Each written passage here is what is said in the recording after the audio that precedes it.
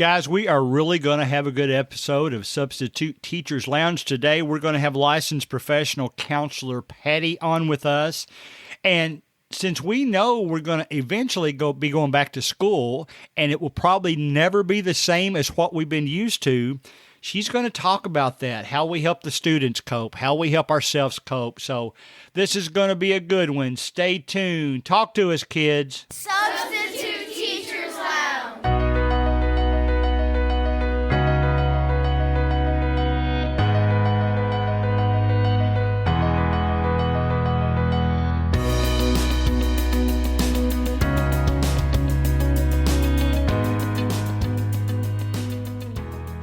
All right, guys, let me just remind you, email address, people you might want me to interview or just anything that you would like have discussed. Please send me an email, gregcollinssubstitute@gmail.com. Facebook page, I'm going to mention a cartoon today that I posted on the Facebook page, so make sure you're aware of the Facebook page, Substitute Teachers Lounge. And of course, if you want to see the YouTube video version of this, we also have a YouTube channel of the same name, Substitute Teachers Lounge. And the last thing I'll mention, I mentioned it before, but it got rescheduled. So join me for a live exclusive discussion with host @Josh Mankiewicz about the podcast Motive for Murder that's with Good Pods. That's a new podcast social network that I've been using. You can either search for Motive for Murder and submit your questions on there. They're going to answer questions live. You'll see a discussions tab when you go to Good Pods and look up Motive for Murder. They need those questions before noon Pacific time on June 10th. So add it to your calendar if you're interested in that. I know we listen to a lot of podcasts like that. Sometimes the podcasts also get made into a TV series, so we've watched them that way as well. All right, guys, now to Substitute Teachers Lounge. We want to recognize licensed professional counselor. You normally say LPC when you go through all that, but it's Patti. How you doing, Patti? I'm doing great, Greg. It's nice to see you. Good to see you. Patti is over in Qatar right now. I know a lot of people in our country mispronounce that Qatar. It's really pronounced Qatar. She's been there for several years, but she's a good old Kentucky girl. So what are we? I'm talking to you around noon here. What is it, 7 o'clock over there? That's correct. I'm 7 hours ahead of you. So I still have to wait 6 hours for my dinner. Maybe you can teleport it over the computer system some way. Well, why don't you tell us about your education and your career and how in the world you ended up over in Qatar. Okay. Well, I started my career as a school psychologist in Kentucky and Ohio. And then after recognizing that I really enjoyed the one-on-one intervention, I moved to college counseling. And my first job was at my alma mater, Western Kentucky University. And then we moved to Texas, and I continued working in counseling with college students there. And then there was an opportunity that presented itself to me and Mike, my husband, your brother, to, go overseas and make a difference in the lives of students in kind of the Middle East and Asian countries. We have probably over 130 different nations that we serve, the students that come. So yeah, so I've been, I think this is my 30th year, but I started when I was 12. Good one. Yeah. So it is quite a passion of mine to I can tell. To be involved in the journey that college students are making. But I really did enjoy my time as a school psychologist working with parents and children. And so when I listened to one of your podcasts, I thought, man, we could talk about kids and their response to COVID-19 and how we can do a better job to enhance their well-being. Good. I'm glad you brought that up. That's where I wanted to go as well. As you probably know, Kentucky is starting to open back up a bit, but we're still contemplating what we'll do in the school systems. We're really just 2 months away when we would normally open back up. Right. So what is that going to mean in the classroom? What is it going to mean on the school bus? I saw a cartoon the other day that I thought was funny.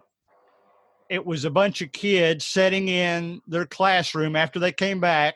One of them was yelling at the teacher, "Johnny stole my mask." The other one had his mask pulled up or over his eyes.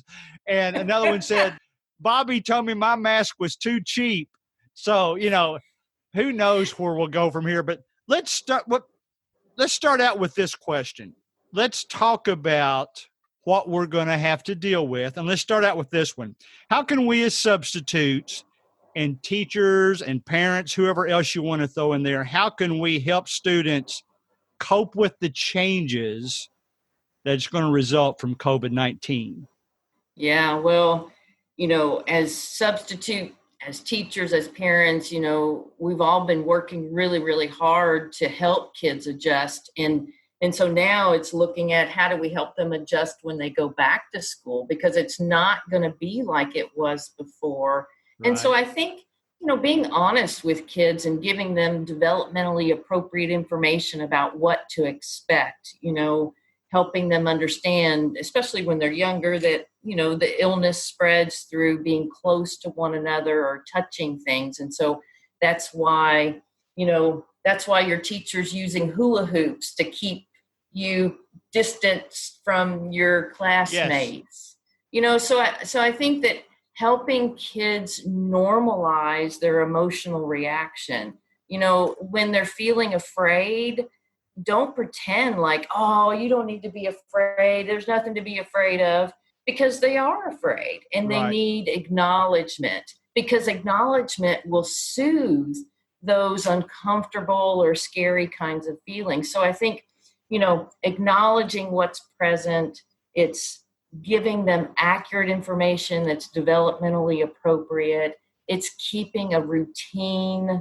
It's, reminding them about what they do have control over, because they can, we can talk about all the mitigation things that we do, like washing our hands like 1,000 times a day, and, singing "Twinkle, Twinkle, Little Star" when we're washing our hands. Yes. Wearing the mask, not touching our faces. When Maddie was little, I used to always say, because when you say "don't touch that" to a kid, what do? They touch that, right? So hands on your pants. Just keep your hands on your pants. Yes, that's good. So I think that.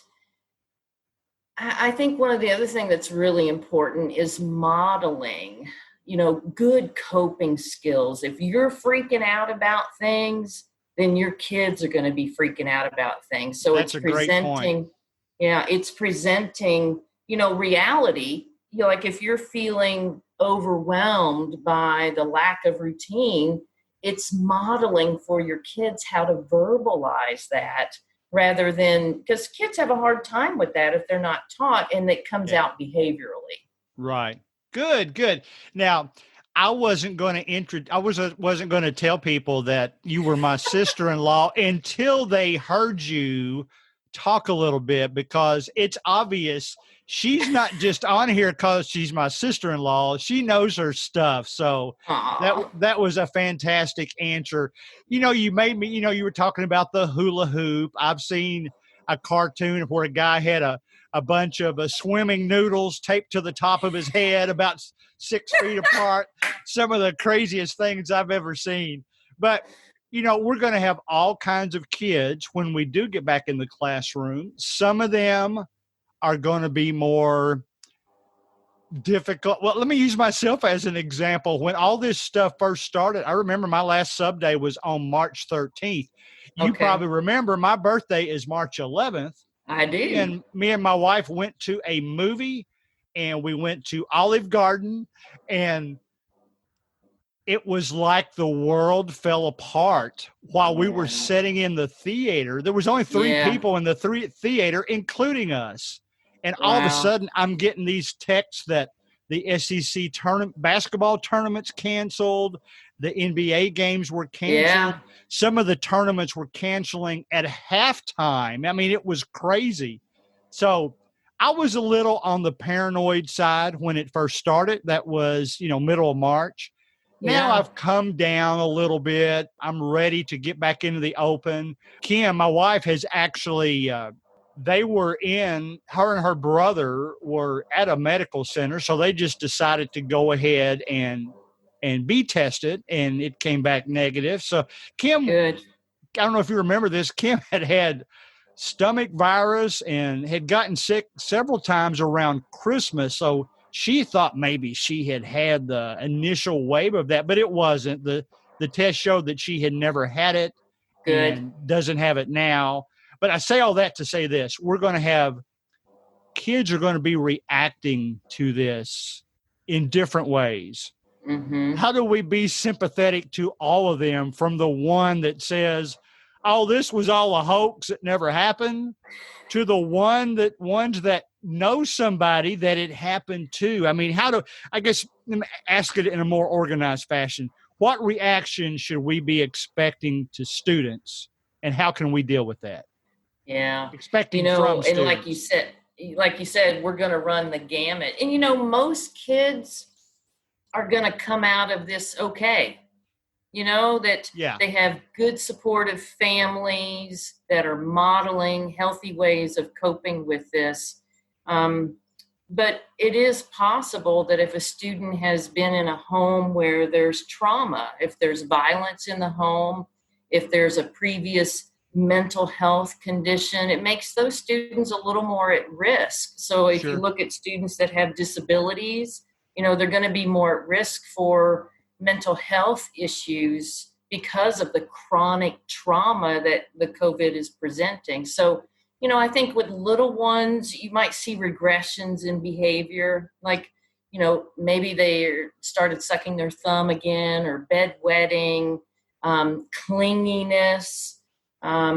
For middle school or elementary school students, you're going to see maybe some of that clinginess, but also maybe withdrawal from, we're already withdrawn from our friends, but even when Right. there's opportunities that are offered, it's withdrawing from family and interactions with others. Teens, we're going to see, we see a lot with teens anyway.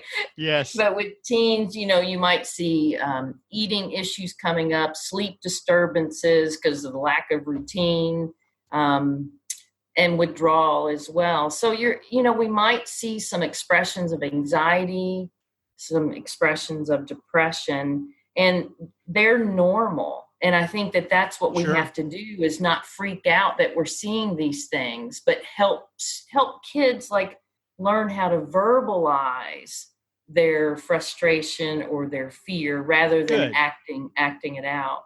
Good. You made me think of something.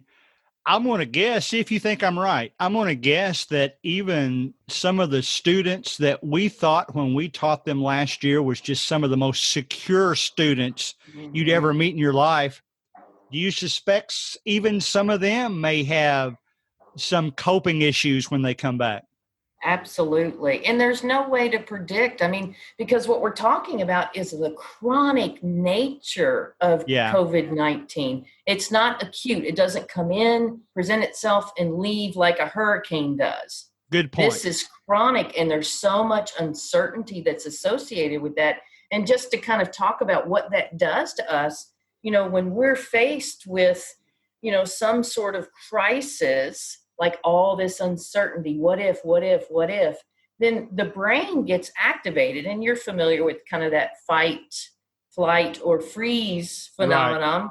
Right. Like your sympathetic nervous system gets activated, you get on alert. And so all kinds of neurotransmitters and hormones are released in your body. And that impacts the brain in a way that is reversible, but it impacts the brain, and you become this super aroused and super on alert for things. So yeah, depending on kind of what pre-existing conditions are there, what kind of supportive environment is in the home or not, Yeah, it could be really detrimental when we weren't even expecting it. Good answer. And it made me think of, see, everything you're saying makes me think of a story from our past. When I first met you and knew what you were studying in college, Yeah, I hadn't studied as much about the brain that I have since then. Part of that was because, as you remember, Kim had a slight stroke in 2015. yeah, And, at that time, they show you the parts of the cells that were kind of burned out or damaged. And it's right. so wild to think about your brain, just those little bitty pieces of your brain caused her to just lose some of her peripheral vision, which she has since partially gained back. So those cells, Yes. so the brain is just such a crazy instrument. And Well, I'm glad you said it the way you said it. Go ahead. Well, I was just going to say, there's so much research out there about the neuroplasticity of the brain and how we Good. can generate new pathways. And we can even do that with children. I mean, just having them sit for a few minutes or take a walk and focus on their breath or focus on the trees or the sky, Good. like Good. trying to cultivate being present in this moment generates a new way of relating to the anxiety. What are you Good. Good. smiling about? No, I'm smiling because I'm agreeing with everything you said, and you're saying it so well. Let's shift to Hey, 30 safety a little. years, man. If I can't Yeah, say it well by now. that'll do it. And before we get out of here, I'm going to ask you these days what a typical day looks like for you Sure. outside of all this. After our discussion here, let me mention at least one more thing. When we go back, we should have been in an ultra safe, healthy environment anyway. But I think it's safe to say that we're going to be a little more paranoid about it now, about the Mm, precautions that we make sure we take. So, how, as teachers, when we're in that classroom and we see some kind of possible safety issue coming up, how do we keep from panicking and, oh no, little Johnny sneezed? What do I do? What do you expect to happen in that regard? What advice would you give us on how to react when we see a safety issue, but yeah. not overreacting and scaring the kids? Yeah. Well, as long as it's not a life-threatening situation, I think you have an opportunity to take a breath. And I teach my clients this strategy. It's called STOP. So the S stands for stop, the T stands for take a breath, the O stands for observe. And observe means, what am I experiencing right now? I'm afraid. I'm noticing a feeling of being afraid.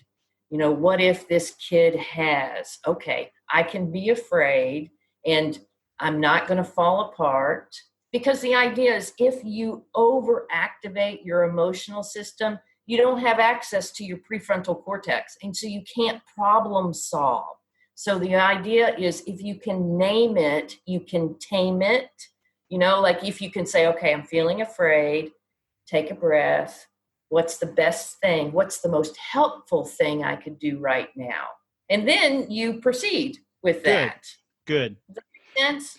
It makes total sense. And, the reason I'm smiling so much now is I realize that had you just been around and I got to talk to you more, I wouldn't have had to buy any books. I mean, everything you're saying specifically about the brain, I feel like I've read since then. Oh, We've even studied left brain, right brain in our mm-hmm. classrooms and how people are just different in that regard. So Yeah. it's really a very interesting study. If anybody wants to study, just there's plenty of books out there about the There brain. are. You might have to specialize a little bit and decide which topic you want to study most. Let's see. Yeah. Most of these other questions I've written down, you've already answered. Let me mention this one. You know that I'm an extrovert, and the kids, they like me for that reason, because I'm the one that will walk around to the table and always interact with them.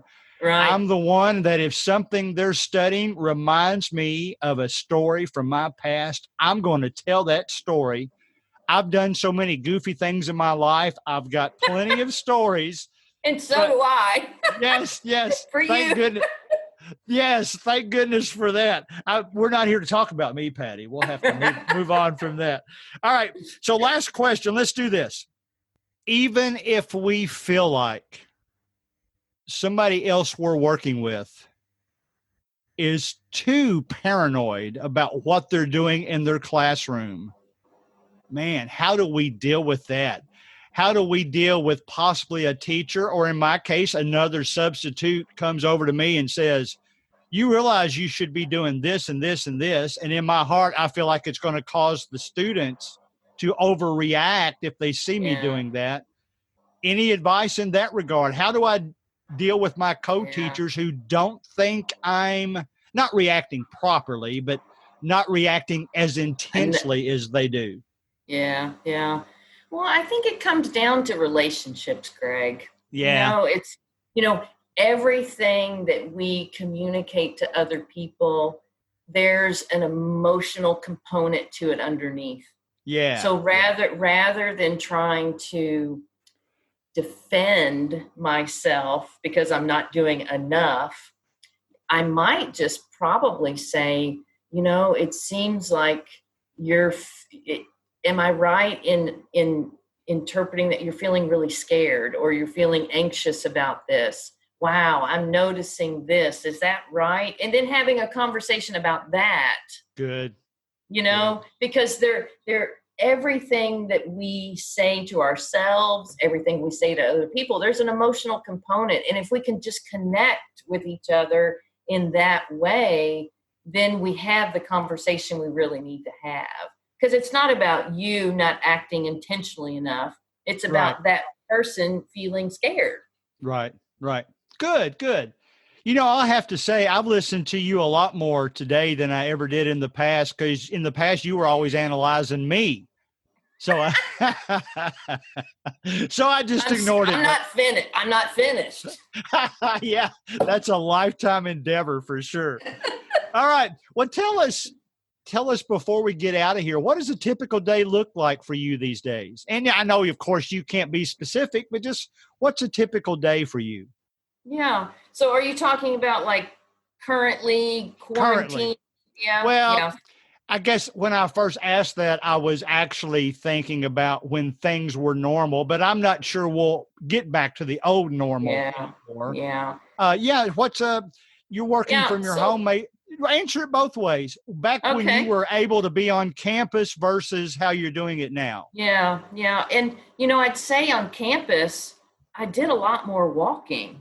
You'd walk to the bathroom, you'd walk to the other meeting, or you'd go to another building on campus, and I think that that's what is so draining. One, I'm looking at a screen all day, but typically I'll see like anywhere between 3 and 5 students, and the issues that college students are normally dealing with over here are the same issues that the students in the United States are dealing with.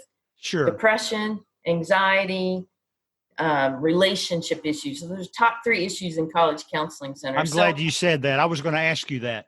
Yeah. I'm a good interviewee, huh? Yeah. We couldn't have scripted it any better. I mean, you're talking about everything that I wanted to talk about. So it's been, in fact, I can always tell when the interview's gone well because we're almost out of time.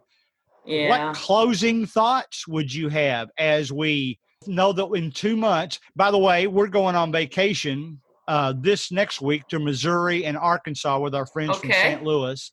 So it'll be interesting. This will really be the first time we've been out, I guess, in public. Yeah. From a, concentrating on the social distancing thing and all of that. So what closing thoughts would you have before we get out of here?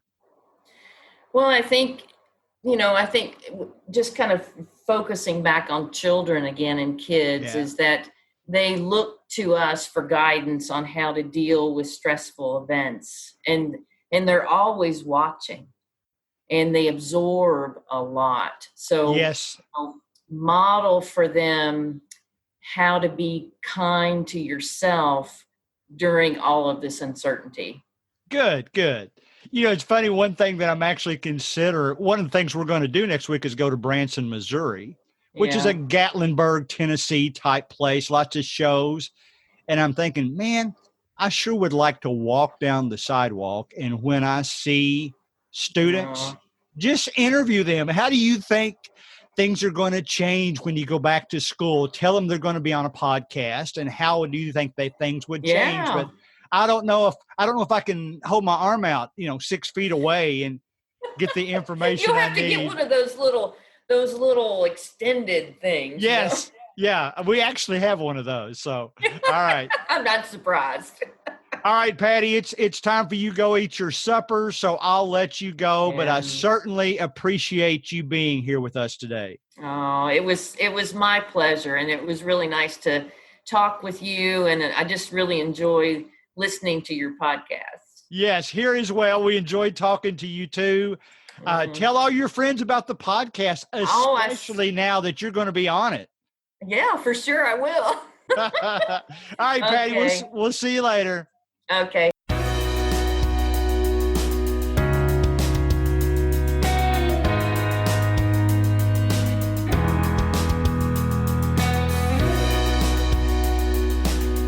Music provided by Ben Sound.